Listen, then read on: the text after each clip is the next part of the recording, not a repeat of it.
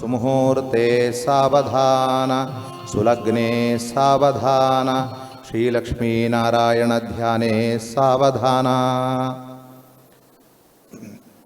ಗುರುದ್ವಯರಿಗೂ ಕೂಡ ಶಿರಸಾಷ್ಟಾಂಗ ನಮಸ್ಕಾರಗಳನ್ನು ಸಲ್ಲಿಸ್ತಾ ಪೂಜ್ಯರಾದ ಸಚ್ಚಿದಾನಂದ ಭಾರತಿ ಶ್ರೀಪಾದಂಗಳವರು ಭಕ್ತರನ್ನು ಉದ್ದೇಶಿಸಿಕೊಂಡು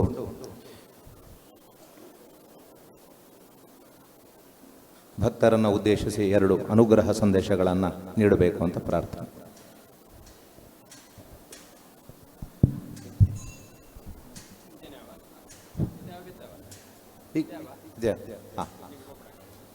ಪೂಜ್ಯರಾದ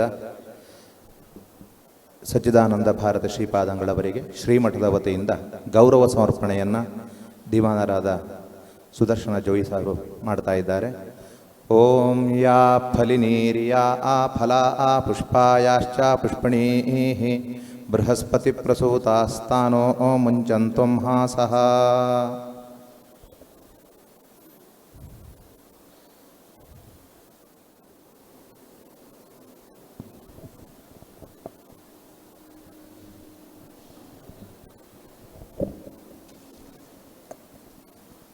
ಓಂ ನಮೋ ಪ್ರಣವಾರ್ಥಾಯ ಶುದ್ಧ ಜ್ಞಾನೈಕಮೂರ್ತಯೇ ನಿರ್ಮಲಾಯ ಪ್ರಶಾಂತಾಯ ದಕ್ಷಿಣಾಮೂರ್ತಯೇ ನಮಃ. ಅತ್ಯಂತ ಬಾಲಂ ಮತಸಿ ಕುಸುಮಪ್ರಕಾಶಂ ದಿಗ್ವಾಸಂ ಕನಕಭೂಷಣಭೂಷಿತಾಂಗಂ ವಿಸೃಸ್ತಕೇಶಂ ಅರುಣಾಧರಂ ಆಯತಾಕ್ಷಂ ಕೃಷ್ಣಂ ಸ್ಮರಾಮಿ ಮನಸಾ ನವನೀತಹಸ್ಸಂ. ಸದಾಶಿವಸಮಾರಂಭಾಂ ಶಂಕರಾಚಾರ್ಯಮಧ್ಯಮಾಂ ಅಸ್ಮದಾಚಾರ್ಯಪರ್ಯಂತಾಂ ವಂದೇ ಗುರುಪರಂಪರಾಂ.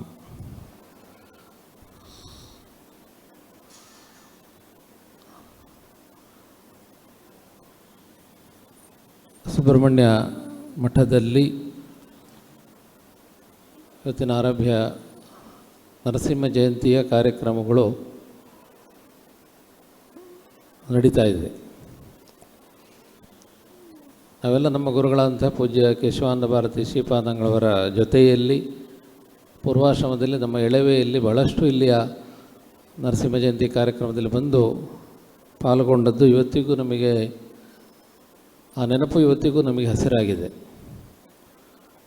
ಬಹಳಷ್ಟು ಅರ್ಥಪೂರ್ಣವಾಗಿ ಇಲ್ಲಿ ನರಸಿಂಹ ಜಯಂತಿಯ ಕಾರ್ಯಕ್ರಮಗಳು ನಡೆಸಲ್ಪಡ್ತಾ ಇದೆ.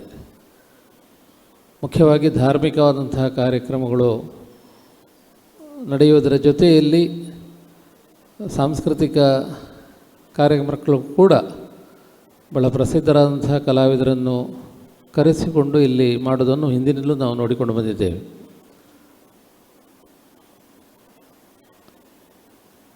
ಪೂಜ್ಯ ಶ್ರೀಗಳು ಇವತ್ತದನ್ನು ಮತ್ತು ಬಹಳ ಉತ್ತಮ ರೀತಿಯಲ್ಲಿ ಅದನ್ನು ಸಂಯೋಜನೆಗೊಳಿಸಿಕೊಂಡು ಇವತ್ತು ಈ ನರಸಿಂಹ ಜಯಂತಿಯ ಕಾರ್ಯಕ್ರಮಗಳು ನಡೆಸ್ತಾ ಇದ್ದಾರೆ. ನಮಗೆಲ್ಲರಿಗೂ ನರಸಿಂಹ ಅವತಾರದ ಕಥೆ ತಿಳಿದದ್ದೇ. ಭಕ್ತಿಗೆ ಆದರ್ಶ ಯಾರಂದರೆ ಪ್ರಹ್ಲಾದ. ಅಂತಹ ಪ್ರಹ್ಲಾದನ ಭಕ್ತಿಗೆ ವಿರೋಧವಾಗಿದ್ದಂಥ ಹಿರಣ್ಯಕಶಿಪುವನ್ನು ಸಂಹಾರ ಮಾಡಲಿಕ್ಕೋಸ್ಕರ ನರಸಿಂಹದೇವರು ಅವತಾರ ಎತ್ತಿ ಬಂದರು. ವಿಷ್ಣುದೇವರು ನರಸಿಂಹ ಅವತಾರದಲ್ಲಿ ಬಂದು ಹಿರಣ್ಯಕಶಿಪುವನ್ನು ತರೆದರು. ಈಗ ಕಾಲ ಬದಲಾಗಿದೆ ಮತ್ತು ಕತೆ ಬದಲಾಗಿದೆ. ಅವತ್ತು ಮಗನಾದಂತಹ ಪ್ರಹ್ಲಾದ ಭಕ್ತಿಗೆ ಆದರ್ಶ ಆಗಿದ್ದ, ತಂದೆ ಅದಕ್ಕೆ ವಿರೋಧವಾಗಿದ್ದರು. ಇವತ್ತು ಕತೆ ಬದಲಾಗಿದೆ, ನಮ್ಮ ಸಮಾಜ ಬದಲಾಗಿದೆ. ಇವತ್ತೆಲ್ಲ ಹಿರಿಯರು ಕೂಡ ನಮ್ಮ ಇಂತಹ ಧಾರ್ಮಿಕ ಕಾರ್ಯಕ್ರಮಗಳಲ್ಲಿ ಬಂದು ಪಾಲ್ಗೊಳ್ತಾರೆ ಮತ್ತು ಭಕ್ತಿಯನ್ನು ಹೊಂದಿದವರೇ ಆಗಿದ್ದಾರೆ.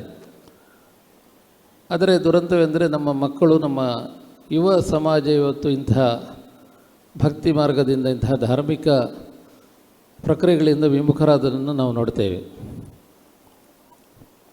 ಹಾಗಿರುವಾಗ ನಮ್ಮ ಸಮಾಜ ಅದು ಬೆಳಿಬೇಕಿದ್ರೆ, ಅದು ಗಟ್ಟಿಯಾಗಿ ನಿಲ್ಲಬೇಕಿದ್ರೆ, ನಮ್ಮ ಇಂಥ ಧಾರ್ಮಿಕ ಪರಂಪರೆ ಅದು ಮುಂದಿನ ತಲೆಮಾರಿಗೆ ವರ್ಗಾವಣೆ ಆಗಬೇಕಿದ್ರೆ, ಮುಖ್ಯವಾಗಿ ಈಗ ನಮ್ಮ ಮಕ್ಕಳಲ್ಲಿ ಅಂತಹ ಒಂದು ಭಕ್ತಿಯ ಭಾವ, ಧಾರ್ಮಿಕವಾದಂತಹ ಚಿಂತನೆಗಳು, ಧಾರ್ಮಿಕವಾದಂತಹ ಅರಿವು ಮೂಡುವುದು ಬಹಳಷ್ಟು ಅಗತ್ಯವಾಗಿದೆ. ದೇವರು ಅವತಾರ ಎತ್ತುವುದನ್ನು ನಿಲ್ಲಿಸಿದ್ದಾರೆ. ಅದರ ರಾಕ್ಷಸ ಮನಸ್ಸುಗಳು, ರಾಕ್ಷಸ ಬುದ್ಧಿ ಇವತ್ತಿಗೂ ಜನಿಸ್ತಾ ಇದೆ ಸಮಾಜದಲ್ಲಿ. ಅಂತಹ ರಾಕ್ಷಸ ಮನಸ್ಸಿನಿಂದಾಗಿ ಇವತ್ತು ನಮ್ಮ ಧರ್ಮಕ್ಕೆ ಗ್ಲಾನಿ ಆಗುವಂತಹ ಮತ್ತು ಧರ್ಮದಲ್ಲಿ ಗೊಂದಲವನ್ನು ಉಂಟು ಮಾಡುವಂಥ ಒಂದು ವಾತಾವರಣ ಇವತ್ತು ಸೃಷ್ಟಿ ಆಗ್ತಾ ಇದೆ. ನಾವು ದೇವರಲ್ಲಿ ಏನು ಶತ್ರುಗಳನ್ನು ಅಥವಾ ಧರ್ಮಕ್ಕೆ ಗ್ಲಾನಿ ಉಂಟು ಮಾಡುವವರನ್ನು ನಾವು ವಿನಾಶ ಮಾಡೋದನ್ನು ಕೇಳೋದಿಲ್ಲ. ನಾವು ದೀಪವನ್ನು ಉರಿಸುವಾಗ ನಾವು ಹೇಳ್ತೇವೆ, ಶತ್ರು ಬುದ್ಧಿ ವಿನಾಶಾಯ ದೀಪಜ್ಯೋತಿರ್ ನಮೋಸ್ತುತಿ ಅಂತ. ಅಂದರೆ ನಮ್ಮ ಪ್ರಾರ್ಥನೆ ಯಾವಾಗಲೂ ಶತ್ರು ನಾಶ ಆಗಬೇಕು ಅನ್ನೋದಾಗಿಲ್ಲ, ಮನುಷ್ಯನ ಒಳಗಿರುವಂತಹ ಶತ್ರು ಬುದ್ಧಿ, ದ್ವೇಷ ಬುದ್ಧಿ ಅದು ನಾಶ ಮಾಡಬೇಕು ಅನ್ನೋದಾಗಿ ನಮ್ಮ ಹತ್ರ ದೇವರ ಹತ್ರ ನಾವು ಪ್ರಾರ್ಥಿಸ್ತೇವೆ. ಹಾಗಿರುವಾಗ ಎಲ್ಲರಲ್ಲಿ ಕೂಡ ಮತ್ತೆ ಅಂತಹ ಧಾರ್ಮಿಕ ಚಿಂತನೆಗಳು ಮೂಡಬೇಕಿದ್ರೆ, ಅಂತಹ ಧಾರ್ಮಿಕವಂತಹ ಜಾಗೃತಿ ಆಗಬೇಕಿದ್ರೆ ಆ ಮನಸ್ಸಿನೊಳಗಿರುವಂತಹ ದ್ವೇಷ ಬುದ್ಧಿ, ಶತ್ರು ಬುದ್ಧಿ ನಾಶ ಆಗಬೇಕು. ಇವತ್ತು ಈ ನರಸಿಂಹ ಜಯಂತಿಯ ಈ ಪುಣ್ಯ ದಿನದಲ್ಲಿ ನಾವು ಆ ನರಸಿಂಹ ದೇವರ ಹತ್ರ ನಾವು ಪ್ರಾರ್ಥನೆ ಮಾಡೋದು ಅದನ್ನೇ. ಸಮಾಜದಲ್ಲಿ ಗ್ಲಾನಿ ಉಂಟಾದಾಗ ಅಂತಹ ಗ್ಲಾನಿ ಉಂಟು ಮಾಡುವಂಥವರ ಮನಸ್ಸನ್ನು ಬದಲಾಯಿಸಿ ಅವರಿಗೆ ಒಳ್ಳೆ ಬುದ್ಧಿ ಕೊಟ್ಟು ಸಮಾಜ ಮತ್ತೆ ಉನ್ನತಿಯತ್ತ ಹೋಗುವಲ್ಲಿ ನಿನ್ನ ಅನುಗ್ರಹ ಬೇಕು ಅನ್ನೋದಾಗಿ ನಾವೀಗ ಪ್ರಾರ್ಥಿಸುವಂಥದ್ದು ಇವತ್ತು ಅನಿವಾರ್ಯವಾಗಿದೆ. ಅದಕ್ಕೆಲ್ಲ ಪೂರಕವಾಗಿ ಇವತ್ತು ಸುಬ್ರಹ್ಮಣ್ಯಂತಹ ಕ್ಷೇತ್ರದಲ್ಲಿ ಇವತ್ತು ಮಠದ ವತಿಯಿಂದ ಪೂಜ್ಯ ಶ್ರೀಗಳ ಒಂದು ಸಾರಥ್ಯದಲ್ಲಿ ಅವರೊಂದು ಮಾರ್ಗದರ್ಶನದಲ್ಲಿ ಇವತ್ತು ಎಲ್ಲ ಕಾರ್ಯಕ್ರಮಗಳು ಕೂಡ ನಡೀತಾ ಇದೆ. ಹೇಗೆ ನಮ್ಮ ಧಾರ್ಮಿಕ ಕ್ಷೇತ್ರಗಳಲ್ಲಿ ಧಾರ್ಮಿಕವಾದಂತಹ ಆಚರಣೆಗಳು ಎಷ್ಟು ಮುಖ್ಯವೋ ಅದೇ ರೀತಿಯಲ್ಲಿ ಸಾಂಸ್ಕೃತಿಕವಾದಂತಹ ಕಲಾಪರವಾದಂತಹ ಆಚರಣೆಗಳು ಕೂಡ ಅಷ್ಟೇ ಮುಖ್ಯವಾಗಿರ್ತದೆ. ನಾವೇನು ಕ್ಷೇತ್ರ ಕಲೆಗಳು ಅನ್ನೋದಾಗಿ ನಾವು ಪರಿಗಣಿಸ್ತೇವೆ, ಅದು ಸಂಗೀತ ಇರ್ಬೋದು, ಭರತನಾಟ್ಯ ಇರ್ಬೋದು, ಯಕ್ಷಗಾನ ಇರ್ಬೋದು, ಅಥವಾ ಕಥಕ್ಕಳಿ ಇರ್ಬೋದು, ಹರಿಕಥೆ ಇರ್ಬೋದು, ಈ ರೀತಿ ಬೇರೆ ಬೇರೆ ಕಲಾ ಪ್ರಾಕಾರಗಳಿರ್ಬೋದು. ಇವೆಲ್ಲವೂ ದೇವರನ್ನು ಭಜಿಸುವ ಸಲುವಾಗಿ ಹುಟ್ಟಿಕೊಂಡಂಥ ಒಂದು ಪದ್ಧತಿಗಳು. ಹಾಗಿರುವಾಗ ನಮ್ಮ ದೇವಾಲಯಗಳಲ್ಲಿ ಧಾರ್ಮಿಕ ಪ್ರಕ್ರಿಯೆಗಳ ಜೊತೆಗೆ ಇಂತಹ ಸಾಂಸ್ಕೃತಿಕ ಕಾರ್ಯಕ್ರಮಗಳು ನಡೆದರೆ ಅದು ಕೂಡ ಒಂದು ರೀತಿಯಲ್ಲಿ ಸಾನ್ನಿಧ್ಯ ವೃದ್ಧಿಗೆ ಅದು ಕಾರಣ ಆಗ್ತದೆ. ನಾವು ನಮ್ಮ ಪೂಜೆ ಆದ ಮೇಲೆ ಲಾಸ್ಟಿಗೆ ಪ್ರಸನ್ನಾರ್ಘ್ಯ ಕೊಡುವಾಗ ನಾವು ಹೇಳ್ತೇವೆ, ನೃತ್ಯಂ ಸಮರ್ಪಯಾಮಿ ಗೀತಂ ಸಮರ್ಪಯಾಮಿ ಅನ್ನೋದಾಗಿ. ಹಾಗಿರುವಾಗ ನಾವು ಅದನ್ನೇ ನೈಜ ರೂಪದಲ್ಲಿ ನಾವು ದೇವರಿಗೆ ನೀಡಿದರೆ ದೇವರು ಇನ್ನಷ್ಟು ಸಂತೋಷಗೊಳ್ತಾನೆ ಅನ್ನೋದು ನಮ್ಮ ನಂಬಿಕೆ. ಆ ನಿಟ್ಟಿನಲ್ಲಿ ಇವತ್ತು ನರಸಿಂಹ ಜಯಂತಿಯ ಈ ಪರ್ವ ದಿನಗಳಲ್ಲಿ ಶ್ರೀಮಠದಲ್ಲಿ ಎಲ್ಲ ಅದರ ಧಾರ್ಮಿಕ ಕಾರ್ಯಕ್ರಮಗಳ ಜೊತೆಗೆ ಈ ಸಾಂಸ್ಕೃತಿಕ ಉತ್ಸವ ಕೂಡ ಇವತ್ತು ನಡೀತಾ ಇದೆ. ಆ ಉತ್ಸವವನ್ನು ಈ ಸಂದರ್ಭದಲ್ಲಿ ಪೂಜ್ಯ ಶ್ರೀಗಳ ಉಪಸ್ಥಿತಿಯಲ್ಲಿ ಔಪಚಾರಿಕವಾಗಿ ಉದ್ಘಾಟಿಸಿದ್ದೇನೆ ಅನ್ನೋದಾಗಿ ಕೂಡ ಈ ಸಂದರ್ಭದಲ್ಲಿ ತಿಳಿಸ್ತಾ, ಭಾಳಷ್ಟು ನಮಗೆ ಆತ್ಮೀಯರು, ನಮ್ಮ ಗುರುಗಳಿಗೂ ಕೂಡ ಭಾಳಷ್ಟು ಆತ್ಮೀಯರು, ನಾವು ಪೂರ್ವಾಶ್ರಮದಿಂದಲೇ ಅವರನ್ನೆಲ್ಲ ನೋಡಿ ಬೆಳೆದವರು. ಅವರ ಈ ಕಾರ್ಯಕ್ರಮಕ್ಕೆ ಅವರ ಕರೆಯುವ ಮೇರೆಗೆ ಬಂದು ನಾವು ಭಾಗವಹಿಸಿದ್ದೇವೆ, ಸಂತೋಷದಿಂದ ಭಾಗವಹಿಸಿದ್ದೇವೆ. ಈ ಸಂದರ್ಭದಲ್ಲಿ ಅವರಿಗೆ ವಿಶೇಷವಾದಂಥ ಅಭಿನಂದನೆಗಳನ್ನು ಈ ಸಂದರ್ಭದಲ್ಲಿ ತಿಳಿಸ್ತಾ, ಬಂದಂತಹ ಎಲ್ಲ ಭಕ್ತ ಬಂಧುಗಳಿಗೆ, ಇವತ್ತು ಕಾರ್ಯಕ್ರಮ ನೀಡುವಂತಹ ಕಲಾವಿದರಿಗೆ ಮತ್ತು ಮುಂದಿನ ದಿವಸಗಳಲ್ಲಿ ಕಾರ್ಯಕ್ರಮ ನೀಡುವಂತಹ ಕಲಾವಿದರಿಗೆ ಎಲ್ರಿಗೂ ನಮ್ಮ ಆರಾಧ್ಯ ಮೂರ್ತಿಗಳಾದಂತಹ ದಕ್ಷಿಣಾಮೂರ್ತಿ ಗೋಪಾಲಕೃಷ್ಣ ಸ್ವಾಮಿ ಆಯರ ಆರೋಗ್ಯ ಭಾಗ್ಯಗಳನ್ನು ನೀಡಲಿ ಅನ್ನೋದಾಗಿ ಈ ಸಂದರ್ಭದಲ್ಲಿ ವಿಶೇಷವಾಗಿ ಪ್ರಾರ್ಥಿಸ್ತಾ, ಮತ್ತೊಮ್ಮೆ ಪೂಜ್ಯ ಶ್ರೀಗಳಿಗೆ ನಮ್ಮ ಹೃದಯವಾದಂಥ ಅಭಿನಂದನೆಗಳನ್ನು ತಿಳಿಸ್ತಾ, ನಮ್ಮ ಮಠದ ಬಾಂಧವ್ಯ ಹಿಂದಿನಿಂದಲೂ ಬಹಳ ಅನ್ಯೋನ್ಯವಾಗಿ ಬೆಳೆದು ಬಂದದ್ದು, ಇವತ್ತಿಗೆ ಕೂಡ ಅದೇ ದಿಸೆಯಲ್ಲಿ ಅದು ಸಾಗ್ತಾ ಇದೆ, ಮುಂದೆ ಕೂಡ ಅದೇ ದಿಸೆಯಲ್ಲಿ ಅದು ಸಾಗ್ತದೆ ಅನ್ನುವಂಥ ಒಂದು ವಿಶ್ವಾಸದೊಂದಿಗೆ, ನಂಬಿಕೆಯೊಂದಿಗೆ ಅವರಿಗೆ ಮತ್ತೊಮ್ಮೆ ನಮ್ಮ ಹೃದಯವಾದಂಥ ಅಭಿನಂದನೆಗಳು ತಿಳಿಸ್ತಾ ಮಾತಿನಿಂದ ವಿರಮಿಸ್ತಾ ಇದ್ದೇನೆ. ಸರ್ವೇ ಜನಾಃ ಸುಖಿನೋ ಭವಂತು. ಓಂ ಶಾಂತಿ ಶಾಂತಿ ಶಾಂತಿ. ಪರಮಪೂಜ್ಯ ಶ್ರೀಪಾದಂಗಳವರು ಹಿರಣ್ಯಕಶಿಪುವನ್ನು ಲಕ್ಷ್ಮೀ ನರಸಿಂಹದೇವರು ಸಂಹಾರ ಮಾಡಿ ಪ್ರಹ್ಲಾದನನ್ನು ರಕ್ಷಿಸಿದಂತೆ ಎಲ್ಲ ಯುವ ಜನರನ್ನು ಕೂಡ ನಾಸ್ತಿಕವಾಗಿರುವಂತಹ ಆ ಒಂದು ಗುಣಗಳನ್ನು ಪರಿಹರಿಸಿ ಆಸ್ತಿಕದೆಡೆಗೆ ಬರುವ ಮೂಲಕ ಯುವ ಪೀಳಿಗೆಯೂ ಕೂಡ ಅಧ್ಯಾತ್ಮ ಮಾರ್ಗಕ್ಕೆ ಬರಬೇಕು ಎಂಬುವ ಅದ್ಭುತವಾದ ಕಳಕಳಿಯ ಅನುಗ್ರಹ ಸಂದೇಶವನ್ನು ನೀಡಿದ್ದಾರೆ. ಅವರಿಗೆ ಭಕ್ತಿಪೂರ್ವಕ ಕೃತಜ್ಞತೆಯನ್ನು ಸಲ್ಲಿಸ್ತಾ, ಪರಮಪೂಜ್ಯರಾದ ಸುಬ್ರಹ್ಮಣ್ಯ ಮಠಾಧೀಶರು ನಮ್ಮನ್ನೆಲ್ಲ ಉದ್ದೇಶಿಸಿ ಅನುಗ್ರಹ ಸಂದೇಶ ನೀಡಬೇಕು ಅಂತ ಪ್ರಾರ್ಥಿಸ್ತಾ ಇದ್ದೀನಿ.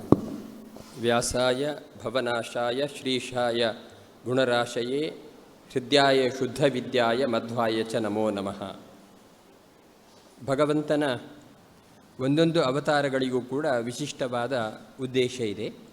ಒಟ್ಟಾರೆ ಭಗವಂತನ ಅವತಾರದ ಉದ್ದೇಶ ಏನು ಅಂದರೆ, ಧರ್ಮಕ್ಕೆ ಹಾನಿಯಾದಾಗ, ಧರ್ಮಗ್ಲಾನಿಯಾದಾಗ ಶಿಷ್ಟರ ಸಂರಕ್ಷಣೆಗೆ ಮತ್ತು ದುಷ್ಟರ ಸಂಹಾರಕ್ಕೋಸ್ಕರ ಭಗವಂತ ಅವತಾರ ಮಾಡುವಂಥದ್ದು. ಕೆಲವೊಮ್ಮೆ ಸಾಕ್ಷಾತ್ತಾಗಿ, ಕೆಲವೊಮ್ಮೆ ಅತ್ಯಂತ ವಿಶಿಷ್ಟ ವ್ಯಕ್ತಿಗಳ ಮೂಲಕ ಭಗವಂತ ತನ್ನ ವಿಭೂತಿ ರೂಪದ ಮೂಲಕ ಅನೇಕ ಕೆಲಸಗಳನ್ನು ಮಾಡಿಸ್ತಾನೆ. ಅದರಲ್ಲಿ ಭಗವಂತನ ಸಾಕ್ಷಾತ್ ಅವತಾರಗಳಲ್ಲಿ ನರಸಿಂಹ ಅವತಾರವು ಕೂಡ ಬಹಳ ಮುಖ್ಯವಾಗಿರತಕ್ಕಂಥ ಅವತಾರ ಮತ್ತು ಎಲ್ಲ ಅನಿಷ್ಟ ಪರಿಹಾರಕವಾದ ಅವತಾರ. ಅಂತಹ ಅವತಾರದ ರೂಪವನ್ನು ಶ್ರೀಮಠದಲ್ಲಿ ವಿಶೇಷವಾಗಿ ನಾವು ಆರಾಧನೆ ಮಾಡ್ತೇವೆ. ಸಾಮಾನ್ಯ ನರಸಿಂಹ ಜಯಂತಿ ಎಂಬುದು ಅತ್ಯಂತ ಪ್ರಸಿದ್ಧವಾದ ಒಂದು ಕಾರ್ಯಕ್ರಮಗಳ ಸಮೂಹ. ಇದು ಇಂದಿನಿಂದ 5 ದಿನಗಳವರೆಗೆ ನಿರಂತರವಾಗಿ ನಡೆಯಲಿರುವ ಕಾರ್ಯಕ್ರಮವನ್ನು ಇವತ್ತು ಉದ್ಘಾಟನೆ ಮಾಡಲಿಕ್ಕೆ ಸಂದರ್ಭ ಇದು. ನಮಗೆ ಸುಬ್ರಹ್ಮಣ್ಯ ಮಠಕ್ಕೂ ಮತ್ತು ಎಡನೀರು ಮಠಕ್ಕೂ ಲಾಗಾಯತಿನಿಂದ ಇರುವಂಥ ಒಂದು ಆತ್ಮೀಯವಾದ ಸಂಬಂಧ. ಪೂಜ್ಯ ಹಿರಿಯ ಶ್ರೀಗಳಿಂದಲೂ ಈ ಸಂಬಂಧ ಅತ್ಯಂತ ವಿಶಿಷ್ಟವಾದ ರೀತಿಯ ಸಂಬಂಧ. ಶ್ರೀಗಳ ಎಡನೀರು ಹಿರಿಯ ಶ್ರೀಗಳು ಕೂಡ ಕೇಶವಾನಂದ ಭಾರತಿ ತೀರ್ಥ ಶ್ರೀಪಾದರು ಕೂಡ ನಮಗೆ ತುಂಬ ಆತ್ಮೀಯರಾಗಿದ್ದರು. ಅನಂತರದ ಸಚ್ಚಿದಾನಂದ ಭಾರತಿ ತೀರ್ಥ ಶ್ರೀಪಾದರು ಕೂಡ ನಮಗೆ ತುಂಬ ಆತ್ಮೀಯರು. ಮೊದಲ ಚಾತುರ್ಮಾಸ್ಯದಿಂದಲೇ ಅವರು ನಿರಂತರವಾಗಿ ಕಾರ್ಯಕ್ರಮ ಮಾಡುವುದರ ಮೂಲಕ ದಾಖಲೆ ಮಾಡಿದವರು. ವಿಶೇಷವಾಗಿ ಯಕ್ಷಗಾನ ಮತ್ತು ಸಂಗೀತ ಇತ್ಯಾದಿ ಭರತನಾಟ್ಯಾದಿ ಕಾರ್ಯಕ್ರಮಗಳಿಗೆ ಪ್ರೋತ್ಸಾಹ ಕೊಡ್ತಾ ಕಲಾಪೋಷಕರಾಗಿ ಅವರು ಮಾಡಿರ್ತಕ್ಕಂಥ ಸೇವೆ ಅನನ್ಯವಾದದ್ದು. ಆ ಪರಂಪರೆಯೇ ಹಾಗೆ, ಕಲೆಗೆ ಅತ್ಯಂತ ವಿಶಿಷ್ಟವಾದ ರೀತಿಯಲ್ಲಿ ಪ್ರೋತ್ಸಾಹ ಕೊಟ್ಟಿರ್ತಕ್ಕಂಥ ಮಠದ ಪರಂಪರೆ. ಹಾಗಾಗಿ ಇಷ್ಟು ವರ್ಷಗಳಲ್ಲಿ, ಅನೇಕ ವರ್ಷಗಳಿಂದ ನಾವು ಶ್ರೀಗಳಿಲ್ಲಿ ಬರಬೇಕು ಅಂತ ಹೇಳುವಂಥ ಆಸೆ ನಮಗಿತ್ತು. ಬೇರೆ ಬೇರೆ ಕಾರಣಗಳಿಂದ ಈ ಸಂದರ್ಭ ಒದಗಿ ಬರಲಿಲ್ಲ. ಇವತ್ತು ಈ ಸಂದರ್ಭ ಒದಗಿ ಬಂದಿದ್ದಕ್ಕೆ ನಮಗೆ ತುಂಬ ಸಂತೋಷ ಆಗಿದೆ. ಶ್ರೀಗಳು ತುಂಬ ದೊಡ್ಡ ಜವಾಬ್ದಾರಿಯನ್ನು ಹೊತ್ತುಕೊಂಡು ಅದರ ಜೊತೆಗೆ ನಿತ್ಯ ನೈಮಿತ್ತಿಕ ಕಾರ್ಯಕ್ರಮಗಳನ್ನು ತುಂಬ ಅರ್ಥಪೂರ್ಣವಾಗಿ ಜರುಗಿಸತಕ್ಕಂಥ ಒಂದು ಸಾಧಕರು. ಹಾಗಾಗಿ ಅವರ ಮೂಲಕ ಈ ಕಾರ್ಯಕ್ರಮ ಉದ್ಘಾಟನೆ ಮಾಡಬೇಕು ಅಂತ ಹೇಳೋದು ನಮಗೆಲ್ಲ ತುಂಬ ಸಂತೋಷವನ್ನು ಕೊಟ್ಟಿರತಕ್ಕಂಥ ಸಂಗತಿ. ಹಾಗಾಗಿ ಮುಂದಿನ 5 ದಿನಗಳ ಕಾರ್ಯಕ್ರಮ ತುಂಬ ಚೆನ್ನಾಗಿ ನಡೆಯಲಿ.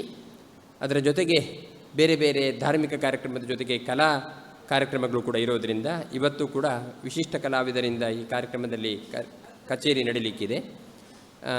ಮುಂದಿನ ಎಲ್ಲ ಕಾರ್ಯಕ್ರಮಗಳಿಗೂ ಕೂಡ ಭಗವದ್ಭಕ್ತರು ಭಾಗವಹಿಸಿ ಕಾರ್ಯಕ್ರಮವನ್ನು ಚೆಂದ ಕಾಣಿಸಬೇಕು. ನಮ್ಮ ಪ್ರೀತಿಯ ಕರೆಗೆ ಓಗೊಟ್ಟು ಶ್ರೀಗಳು ಬಂದದ್ದಕ್ಕೆ ಹೃದಯಪೂರ್ವಕ ಅಭಿನಂದನೆಯವರಿಗೆ ಸಲ್ಲಿಸುತ್ತಾ, ಅವರೇ ಈಗ ಹೇಳಿದ ಹಾಗೆ ನಮ್ಮ ಈ ಉಭಯ ಮಠಗಳ ಸಂಬಂಧ ಅದು ನಿರಂತರವಾಗಿರಲಿ, ಅದು ಶಾಶ್ವತವಾಗಿ ಇಬ್ಬರ 2 ಮಠಗಳ ಸಂಪರ್ಕದಿಂದಾಗಿ ಸಮಾಜಕ್ಕೆ ಒಳಿತಾಗಲಿ ಅಂತ ಹಾರೈಸ್ತಾ ಎಲ್ರಿಗೂ ಭಗವಂತನ ಅನುಗ್ರಹವನ್ನು ಪ್ರಾರ್ಥಿಸುತ್ತಾ ನಮ್ಮ ಮಾತನ್ನು ಮುಗಿಸ್ತಾ, ಪೂಜ್ಯ ಗುರುಗಳಿಗೆ ಭಕ್ತಿಪೂರ್ವಕ ನಮಸ್ಕಾರಗಳನ್ನು ಸಲ್ಲಿಸುವ ಮೂಲಕ ಶ್ರೀಮಠದ ಮತ್ತು ಎಡನೀರು ಮಠಕ್ಕಿರುವಂತಹ ಒಂದು ಮೊದಲಿಂದಲೂ ಇರುವ ಸಾತ್ವಿಕವಾದ ಸಂಬಂಧವನ್ನು ಉತ್ತಮವಾದ ಕೆಲವೇ ಶಬ್ದಗಳ ಮೂಲಕ ತಿಳಿಸಿಕೊಟ್ಟಿದ್ದಾರೆ. ಅಂತಹ ಶ್ರೀಪಾದಂಗಳವರಿಗೂ ಉಭಯ ಶ್ರೀಪಾದಂಗಳಿಗೂ ಕೂಡ ಹೃತ್ಪೂರ್ವಕ ಧನ್ಯವಾದಗಳು, ಅಭಿವಂದನೆಗಳನ್ನು ಸಲ್ಲಿಸ್ತಾ ಮುಂದಿನ ಒಂದು ಕಾರ್ಯಕ್ರಮ ವಿಶೇಷವಾಗಿ ಕರ್ನಾಟಕ ಶಾಸ್ತ್ರೀಯ ಸಂಗೀತ ಕಚೇರಿ ನಡೆಯುವಂಥದ್ದಾಗಿದೆ.